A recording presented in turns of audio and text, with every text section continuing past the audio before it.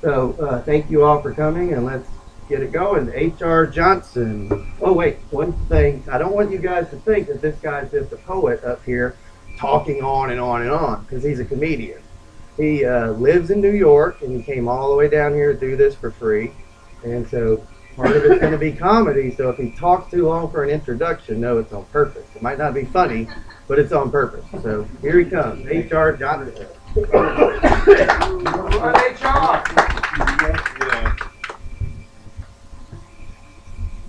Oh, can you turn the music down? I can't.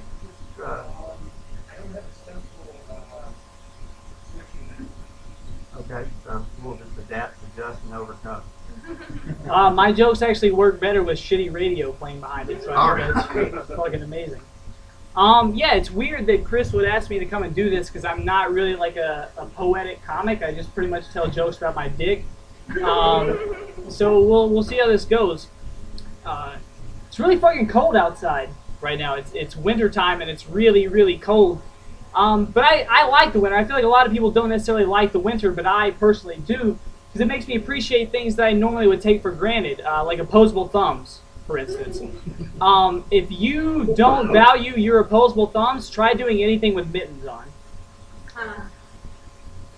I wrote that joke down in my notebook today, and I told myself I would figure it out when I got up to perform. Nope. Sure didn't.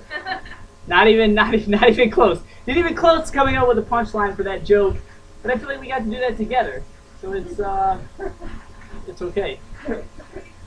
How many like baseball? Any baseball fans out there? Yeah, Major League Baseball recently sent a bunch of baseballs to a medical testing facility. And the medical facility, which apparently had nothing better to do that day, ran each individual baseball through a CAT scan machine to make sure they weren't juiced to hit home runs easier. And that really got me wondering, have we cured cancer yet? No? Still no cure in sight? Well then maybe juiced baseballs should take the back burner as far as our medical equipment is concerned. But that'll never happen in this country because we love sports. We love sports so much that a company has created an entire line of team-decorated caskets and urns. And an urn, I guess I understand because that goes on display, you know? So even though Grandpa is just a pile of ashes, it's nice to know the ashes still support the Seattle Seahawks. But a casket, that blows my mind. That defies all logic to me. Will a worm not eat you because it can see that you were a fucking Toronto Raptors fan when you were alive? What I think people should start doing to fully utilize this product is burying their loved ones in the opposing team's casket. So if you come from a long line of New York Yankees fans, bury your loved one in a Boston Red Sox casket. Because nothing says fuck you to the opposing team like rotting for all eternity in a box bearing their logo. I don't think there's really a better way to stick it to somebody. And don't worry, for my ever classy NASCAR fans, they have a line of caskets and urns for your favorite drivers, which I think is great, you know, because nothing screams rest in peace like a bright orange Tony Stewart casket with a big Home Depot ad on the side. Man, I'm glad I came to Jimmy's funeral. Reminded me I need wood screws. Which is a product you would commonly get at a Home Depot or Home Depot type store. Lowe's, I believe, is another one. I've never done jokes with this much light before. This is really weird for me to do. I honestly, this is true. I have a joke that when I get in front of like a normal crowd that's not, or like in a room that's not a normal comedy room, I say, you know, I love it here. It's really quaint. I've never done stand-up in a Holiday Inn lounge before, and now I'm actually getting to do it. Now it's not even a punchline. Now this is really my life.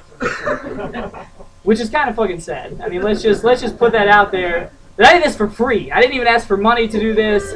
I just came and told jokes in a Holiday Inn lounge because I had nothing else to do this weekend. So when the first Melee, by the way, like Chris said, the magazine should be coming in tomorrow. There was a problem with like printing the color on the front. There's like some color on the picture on the front. And there was a problem with that, so they had to do a reprinting. It'll look kind of like this, only it'll have color, and the picture will be different, and the names will be different. So basically, it'll be paper. What you're gonna get tomorrow will be a paper thing that has poems written inside of it. So look forward to that. But when this one came out, my name is on this one. My grandmother has it framed in her house. When this came out, Chris and I kind of lied. We said that it was the first poem I had ever written was published in that magazine. That's not entirely true. It was actually the fourth poem I had written. It was the first good one, though. So I thought it would be fun tonight, since I'm in an environment full of poets. I thought it would be fun if I shared with you the first 3 poems I wrote that did not make the cut of Melee. All right. So the first one is called Comfortable Footwear. It's the name of my first poem.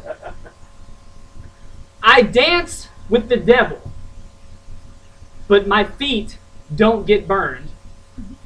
I have Jesus shoes. My second poem.